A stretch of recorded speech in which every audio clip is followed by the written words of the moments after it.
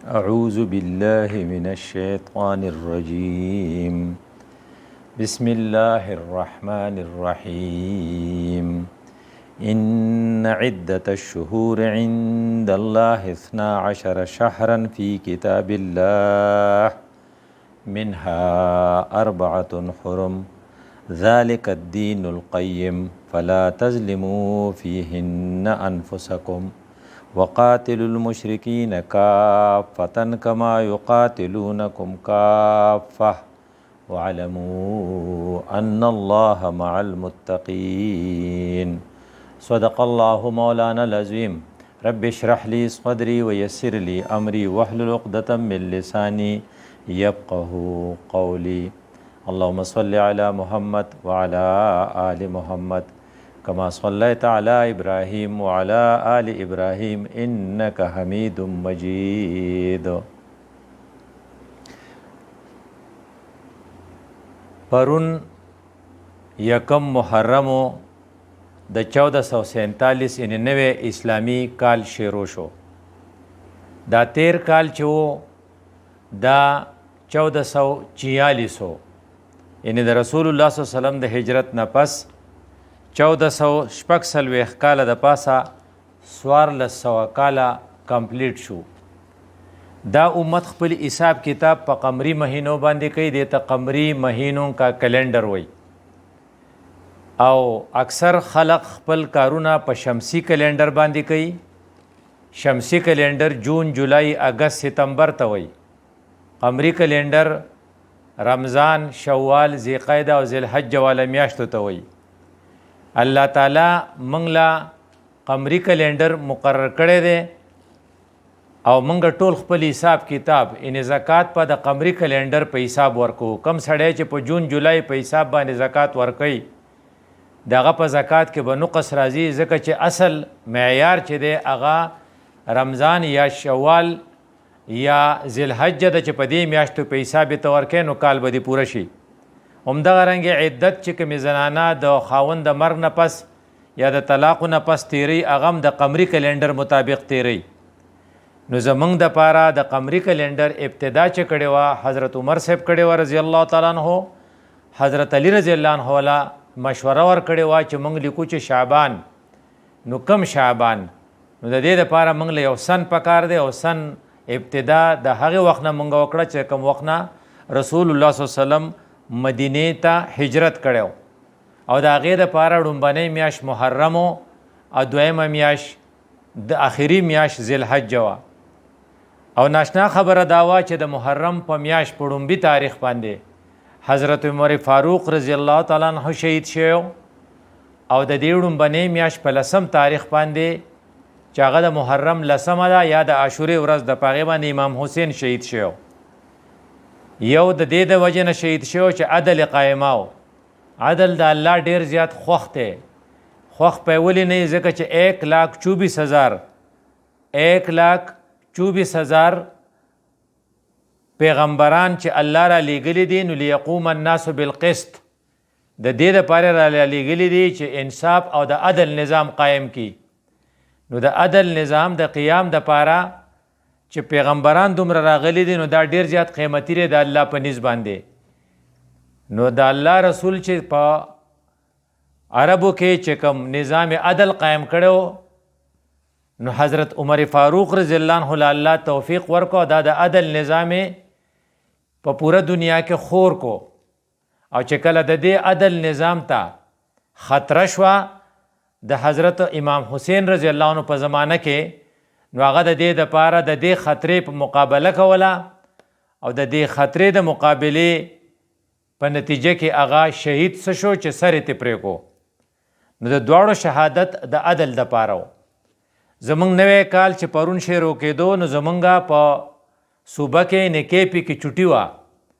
او دا ځکه چوټي وه چې دا د حضرت عمر فاروق رضی الله عنه د شهادت ورځ ده، او د حضرت عمر فاروق شهادت موږ ته عدل نظام را یاداو. نو د سکولونو د چوټۍ د وجې نه یا د ډپارټمنټ د بندېدو د وجې نه موږ ته خیال راغی چې عمر فاروق څوک دی.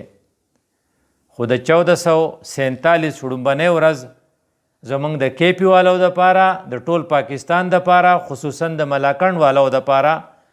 او د سواتیانو دپاره ډیره د غم ورځ وه چې په هغې باندې د سوات د دریاب دلخراش واقع وشوه. میلمانه راغلي دي چې زمونږ میلمانه دي 18 کسان دي، پوره فیملی ده، خو زمونږ د نااهلۍ د وجې نه هغه زمونږ د سترګو په مخ کې ډوب شو او موږ ورته بټ بټ کتل. دا شپه نه وه، دا ورځ وه او دې ډوبېدو وخت واغستو. نو که موږ ریسکیو کولی په موجوده نظام کې او صحیح موږ ایکشن اغستی نو ریسکیو کړي به نو، خو موږ ځکه غلطي وکړه او زمونږ د سړي ځکه زمونږ په مخ کې ډوب شو او مړه شو او موږ کوسترګي شو او موږ خفه شو او زمونږ په 13 کال کې په 1446 کې په آخر کې چې کومې 2 خوشحالۍ لیدلې وې هغه زمونږ نه یېرې شوې، ځکه چې زمونږ د نااهلۍ د وجې نه د سوات په دریاب باندې په ریلیکس هوټل په خواوشا کې د هغې میلمانه زمونږ په لاس زمونږ په مخ کې شهیدان شو. پای کې ماشومان مو، پای کې زنانم وې او په هغې کې نارینه مو او پای کې بوډاګانو مو. دا ولې؟ دا ځکه چې موږ د حضرت عمر فاروق رضی الله عنه په اصولو باندې خو چوټي مناوو، خو د هغه اصول نه پالو کوو او نه ترې خبر یو. هغه عمر فاروق چې هغه ویلی و چې که د فرات په کناره باندې یوه بیزه مړه شي نو د عمر نه به یې تپوس کېږي. نو که هغه نن سبا وی نه هغه به وی چې د دریای سوات په کناره باندې چې د بیزې تپوس کېږي چې د 18 کسانو د مرګ تپوس په د چا نه کېږي. NDMA نیشنل ډیزاسټر مینجمنټ ایجنسی د مخکې نه اعلان کړی چې بارانونه به طوفاني، تاسو خپل غم وکئ. باران صرف په فضاګټ کې نو شوی بلکې دا باران بره شوی نو د اوبه د مدین بحرین او د خوازاخیل نه را روانې وې دلته را ورسېدې دیم ټایم اغستی و. نو هغه کسان چې بره اتارټیز وو هغوی به اطلاع ورکړې وه د ښکته کسانو ته، لکه څنګه چې د کالام په هغې سیلاب کې اطلاع وشوه 12 بجې یا ماسپښین ټایم و، نو اکثر خلق د تباهۍ نه بچ شو. نو که دا اطلاع په ټایم ورکړی شوی وی، په ټایم ریسیو شوی وی او د هوټل مالکان ته ویلی شوی وی چې دریاب طرف ته به خپل کسان نه پرېږدئ، یا د هوټل مالکانو د خپل عقل نه کار اغستی وی، نو بیا به دا چل نه و. وی په 13 کال 1446 کې موږ 2 خوشحالۍ لیدلې وې. یو چې په 10 مئی باندې پاکستان د بنیان مرصوص ایکشن واغستو او هغه بنیان مرصوص هغه حمله وکړه او په هغې باندې د انډیا چیخې نکل گئی. او دویم چې پاکستان دفاعي قوتونو د انډیا نه چې کوم چیخې ایستلو دقه شان بیا زمونږ برادر ملک ایران، دا ایران حضرت عمر فاروق رضی الله عنه فتح کړی و. ایران کې چې نن کوم اسلام دی دا د حضرت عمر فاروق برکت دی، ځکه د هغې 5000 ساله تاریخ دی او هغې آتش پرست و. نو عمر فاروق رضی الله عنه د برکت هغې په اسلام کې راننوتي و. نو هغې د اسرائیل نه چغې ویستې. ایک طرف انڈیا نے، ایک طرف پاکستان کی دفاعی قوتوں نے انڈیا کی چیخیں نکلوائی اور دوسری طرف ایران کی قوتوں نے، اس کے بیلسٹک میزائلوں نے اسرائیل کی چیخیں نکلوائی. وی منګه مخکې د فلسطینی چغې خو اورېدلې وې، فریادونه اورېدلی و، خو منګه د اسرائیلي او د صهیوني د چغو عادت نه و. خو د جون په میاشت کې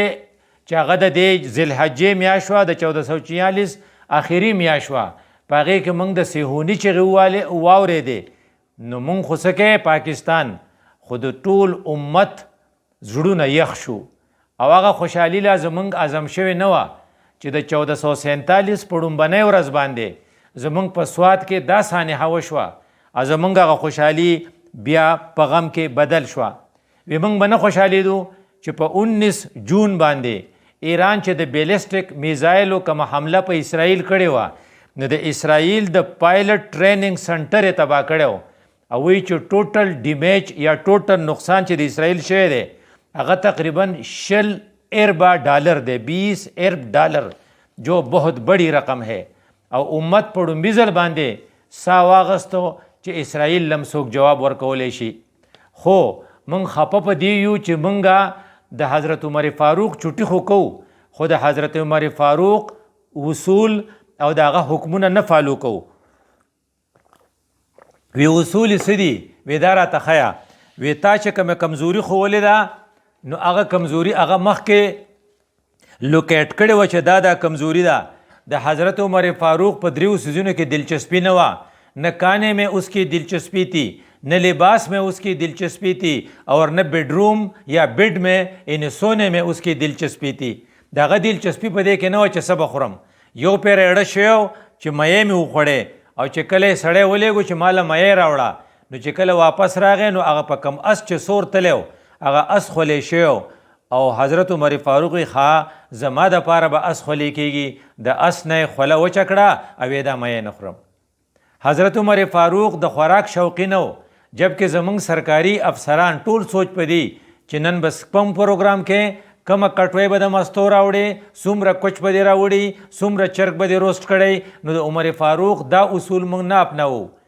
دویم نمبر د هغه د بیډ روم یا د بیډ څه شوق نه و هر ځای چې به سملاست، جبکې زمونږ بیډ روم نن سبا د شدت د جنت نم زیات ښایسته چې په هغې کې دومره قسم را لګژوريسي چې سړی وایي چې یاره شدت په جنت کې به دا څیزونه نه و. نو ستا افسر چې سملي نو هغه بیا ناوخته پاسي او چې کله ورته پته ولګي چې نن خو لا چوټي ده نو بیا خو اډو پاسي نه، او چې نه پاسي چې را پاسي نو پته ورته ولګي چې 18 کسان ډوب شوي دي او زه ودومه. نو حضرت عمر فاروق رضی الله عنه د بیډروم شوقي نه او د کپړو شوقي نه. نو چې کله هغه فلسطین چې نن زما ستا د کمزورۍ د لاسه د اسرائیل سره دی، هغه دقې عمر فاروق چې کله قبضه کاو او ابو عبیده رضی الله عنه د هغې ځای ګورنر او هغه ورته ریکویسټ وکړو چې خلیفه کپړې دې ډېرې زیاتې بیکاره دي که تبدیلي کې. هغه ورته ویل ابو عبیده دا خبره ته کې موږ له خدای عزت د اسلام د وجې نه راکړی دی، که د لباس فاخره کې موږ عزت کتل شروع کړل نو خدای به موږ ذلیله کي. نو د خپلو افسرانو سوټ ته چې ته وګورې، د هغې ټای ته چې وګورې، د هغې د بوټانو پالش ته چې وګورې، نو چې کله ستا افسر ټوله ورځ په دې غمجنې چې زما ټایي څنګه ده، زما سوټ څنګه دی، زما ګړی څنګه ده، زما بوټان څنګه دي، د هغو ټوله توجه په لباس باندې، نو بیا ډیوټي پاتې شي. نو د دې وجې نه موږ د ډیوټۍ قابل ځکه نه یو چې زموږ ټوله توجه یا خو په وده کېدو ده یا ټوله توجه په ډوډۍ ده یا ټوله توجه زمونږ په دې خبره ده چې مونږ به دغه کوو، زمونږ به لباس څنګه زمونږ به روټۍ څنګه او زمونږ به بیډروم څنګه، جبکې هغوی دا ټولې خبرې اوایډ کړې وې. نو 7/24 یا 24/7 یعنی 24 ګنټې په ډیوټۍ و او هغه هر وخت الارم چې به ورته راته و نو نیغ به پاسېدلی و او دا الفاظ یې ویلي و لئن نمتو بالنهار که چېرې زه د ورځې وده شم نو ضیعت رعیتي بیا به خپل رعیت ما ضایع کړی. نو که زمونږ افسران په دغه وخت کې وده نه وی، ځکه د دې کسانو د دې مرګ د دې د ډوبېدو وایي چې کم از کم 2 ګنټې اخیستې دي، نو په 2 ګنټې کې نن سبا ډېر کارونه کېږي، ځکه موږ د انډیا خلاف چې کوم جنګ ګټلی دی دې ټوټل 3 ګنټې ټایم اخیستی و. نو چې په 3 ګنټې کې ته رافیل طیارې تباه کولی شي، نو په 2 ګنټې کې ته خپل 18 کسانو کې 8 یا 10 کسان خو ریسکیو کولی شي که نه، خو ځکه نشي ریسکیو نه کړل چې ته وده وې. او حضرت عمر فاروق څه وی لئن نمتو بالنهار که چېرې زه د ورځې وده شم نو ضیعت رعیتي بیا به زما رعیت تباه شي. دې وجې نه هغه خپلو ورکرانو ته یا خپلې عملې ته 3 هدایت ورکړي چې هغه موږ چېرته خپل ته نه ورکړو. نمبر 1 په لینډ کروزر کې به نه ګرځې. وی دا څه وایي ډاکټر صاحب لینډ کروزر هلته کړو، وی د هغه الفاظ دا و ترکی گھوڑے پر سواری نہیں کرو گے. په هغې ورځو لینډ کروزر چې دی هغه ترکی ګوړه وه، خو نن زما ستا افسران چې کله په یو لینډ کروزر کې چې د هغې قیمت د کروڑاو روپۍ په یو بازار کې د ټماټر نرخ چک کولو له ځینو په هغې کې ځي، نو کار خو بیا نشي کېدی. ځکه حضرت عمر فاروق اصول سو ترکی گھوڑے پر سواری نہیں کرو گے. دویمه خبره یې څه کوله د خوراکونو غم به نه کوئ، چنا ہوا اٹا استعمال نہیں کرو گے. چڼکړي وړو نه به هم ډوډۍ نه خورئ. چې کله ستا افسر ناچڼه وړه خوري د هغه سره بیا د قوم غمي، خو چې کله هغه ټوس خوري د هغه ټول سوچ دیتی چې روسټ په کم ځای میلاویږي د هغه ټول سوچ د ډیشونو او په دې کې دومره پروګرام شوی او پټواریانو دومره سامان راوړی نو بیا ستا د عمر اصول تا فالو نه کړل تش په چوټۍ نشي خلاصېدی نو هغه دویمه خبره دا کړې وه خپل قوم ته درېمه خبره څه کړې وه چې زما سټاپ یې نو باریک لباس نہیں پهنوګې نو زما ته به داسې جامې نه اغوندئ چې په هغې کې ته ناوې ښکارې نو که ته ګورې نو ستا افیسرز چې په یونو په اجلاس کې شاملي نو ته به وایږي نه دا دلهن دی یا دلحه ده د هغه په خوا کې چې د یونو کم نمایندی چې هغه اکثر کافري هغه غیر مسلمي هغه چمپلې شلیدلی او د هغه جامې زړي د هغه ټول سوچ صرف خپل کار تی او ستا ټول سوچ چې دی هغه خپل لباس تی او بیا هغه دا ویلي و چې خپلې دروازې به نه بندوئ د قوم سره به کمیونیکیشن جاری ساتئ یعنی نن سبا په دور کې دا اډر دی چې خپل موبایل به چرته نه سایلنټ کوئ خپل موبایل به نه بندوئ که زمونږ د کمیشنر نه والا تر پټواري پورې او د وزیر اعلی نه والا تر گورنره پورې او د جج نه والا د جرنیله پورې د دې ټولو موبایل آن وی او دې ته انفارمیشن په ټیم رسېدلی وی او یو هلیکاپټر په منډه راغلی وی او سو هغې ته یې څه څیزونه ایډ دپاره څیزونه ښکته راکوز کړی وی یا رسۍ یې ورته راکوزه کړی وی نو که هېڅ نه وی شوی نو کم از کم سترګې خو به تورې شوې وې چا چې څه وکړل نو 18 کسانو هلاکت د 18 کسانو د سوات په پوره مرزمکن باندې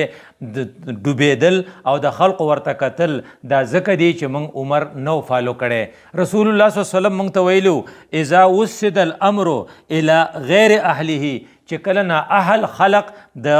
ملک بادشان شي نو فانتظر الساعه نو بیا به هره ورځ قیامتي بیا د قیامت په تمه شه مخکې قیامتونه هم په موږ راغلل د زلزلو په صورت کې د سیلابونو په صورت کې د کشتۍ د ډوبېدو په صورت کې ته سوچ وکړه چې پی ایس ایل میچي دا هلیکاپټر د هغې دپاره اویلیبل دی چې هغې له ګراونډ وچ کړي خو چې کله 18 کسان ټوله فیملی ډوبیږي نو هلته هلیکاپټر نه دی اویلیبل ځکه چې هلیکاپټر کو چلانے والا بھی سو رہا تھا اور ہیلیکاپٹر کا آرڈر دینے والا بھی سو رہا تھا او حضرت عمر فاروق جاگ رہے تھے ولې د هغه سره دا غم و چې که یو بیزم دې مړه شي نو خدای به زما نه تپوس کوي او زما ستا سره دا غم نشته چې که 18 کسان په داسې حالت کې زموږ نه مړه شي نو الله به زموږ نه تپوس کوي دا خبره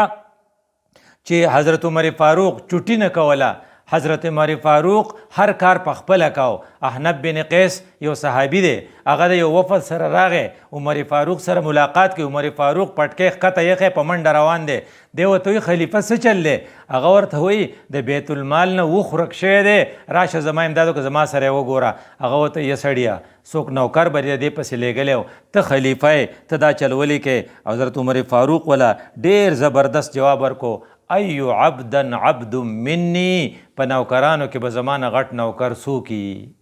نو کله چې د ملک وزیر اعلی د ملک وزیر اعظم او د ملک صدر ځان د خلقو غلام او نوکر وګڼي ایو عبدا عبدا منی ایو عبدا عبد منی کم یو غلام به زمانه خو غلامي نو هر سړی به را رسېدلی زما په خیال سوات ریسکیو ریلیکس هوټلو ریلیکس والا په خپله ریلیکس و او هغه ریلیکس ملاس و او په دغه ورځ به هیچ هم د سار مونځ نه کړی او ټول کسان به ناوخته پاڅېدلی ځکه چې د جمعې ورځ ده د شپې د 1 بجې پورې ویښو نو اوس ناوخته پاسو د الله عذاب غیر چاپیر را روانو مخکې نه اطلاعات شیو نو دا اطلاعات چې شوي نو تاله پکار دي چې ته ریلیکس نه که نه چې ته صرف پیسې نه لري چې ته ټینس یې خو ستا د هوټل نوم ریلیکس دی نو ته به خود ریلیکس او ته ریلیکس ځکه چې ستا سره د سزا غم نشته حضرت عمر فاروق خپل زوی له په خپله سزا ورکړې وه او گورنر صاحب ته وی دا د خلیفه زوی دی نو تا به سم نه وخلی ما لی راولېږه چې زه یې ووخم نو ځکه ورته عمر فاروق وی ګاندي غوندې سړي وی چې د کم قوم سره عمر فاروق او حضرت ابوبکر صدیق غوندې لیډرانی او دی بل خوا ګوري د ده نه بېوقوفه قوم بل نشته او بیا د سویډن ملکونو خلقو وی چې وی آر فالوینګ عمریان لاز موږ د عمر په لاز باندې دغه کوو کار کوو ځکه زموږ په ملک انصاف دی نو د انصاف تقاضا دا وه چې موږ دې کسانو ته دغه رسولی وی امداد رسولی وی موږ ته هغه ویلي حضرت عمر فاروق رضی الله عنه چې که ته بادرې نو پتا کې به صبر صبر زغم ته وایي چې ته به سخته برداشت کې د سختې دپاره به راپاسې خو چې ته دغه پورې د هیچا نه خبر نه ستانه 18 کسان مري او ته د هغې نه خبر هم نه او ستا هیڅ قسم د ریسپانس هم نه ورکوې د دې دا مطلب دی چې په تا کې دا شجاعت نشته هغه ویلي چې زما بهترین دوست هغه دی حضرت عمر فاروق ویلي جو مجھے اپنی غلطیاں بتائے دی وجې نه سوره میډیا چې حکومت وخت خپلې غلطۍ ښیي دی دشمنه نه ده دی دوستان دي ځکه چې تا پرون د عمر په نوم باندې چوټي کړې ده د عمر ډې دې مناو کړی دی او داغې عمر اعلان دا دی چې میری غلطیاں جو مجھے بتائیں وہ میرا سب سے بہترین دوست ہے نو د بهترین دوستۍ تقاضا دا ده چې کم کسان تا د ستا غلطي او ستا کمزوري ښیي دا ستا خیرخوا دي دا ستا بدخوا نه دي دا دې وجې نه زما ستا دپاره د 1447 دا کال لومبۍ ورځ ډیره د غم ده ډیره د پریشانۍ ده موږ له پکار دي چې کم دلخراش مناظر موږ په غزوه فلسطین کې په 13 کال کې لیدلی کم دلخراش منظر موږ په سوات کې د دې کال په لومبۍ ورځ ولیدو موږ ټول توبه وباسو استغفار وایو او هغه کسان چې هغې دا ظلم کړی دی په دې کې د هغې څه نه څه کنټریبیوشن دی هغې له سزا ورکو او داسې سزا ورکو آینده دپاره د نه کرنے کا زبردست احتیاط وکړو او دا سوچ وکړو چې زمونږ د لاسه دا کار ولې وشو حاسبو قبل ان تحاسبو دا د حضرت عمر فاروق بل قول دی چې قیامت په ورځ د سره خدای حساب کوي نو ځان سره په خپل حساب وکړه دا یو زنده تصویر دی زمونږ د ایم ال ولی دا خبره ډېر صحیح ده چې دا سانحه نه ده دا قتل دی موږ د دې قاتلان یو چې کله ته ځان قاتل محسوس کې او ځان عدالت ته مخامخ کې او په دې ځان له په خپله سزا تجویز کې او آینده نه کرنے کا عزم وکې چې زه به بیا چرته به دا کار نه کوو او چې د چا په دې کې څه رول دی هغې له سزا ورکې نو یقینا چې تا د نوی کال لومبنۍ ورځ مناو کړه 13 کال کې موږ 2 خوشحالۍ لیدلې وې موږ په دې کال کې د فلسطین ازادي غواړو موږ په دې کال کې د اسرائیل ختمېده غواړو موږ په دې کال کې د انډیا نورم کمزوري کېده غواړو او موږ په دې کال کې د اسلام او د مسلمانانو عزت غواړو خو حساب به کوو د عدل نه بغیر ځکه د حضرت علی رضی الله عنه دا قول دی چې الله د عادل کافر امداد کوي او د ظالم مسلمان نه کوي کو موږ 18 کسان نشو بچ کولی زموږ د کمزورۍ د وجې نه نو موږ ظالمان یو د الله امداد به موږ سره الو راځي چې موږ د ظلم په ځای باندې عدل خپل کو اقول قولی هذا استغفر الله لي ولكم ولسائر المسلمين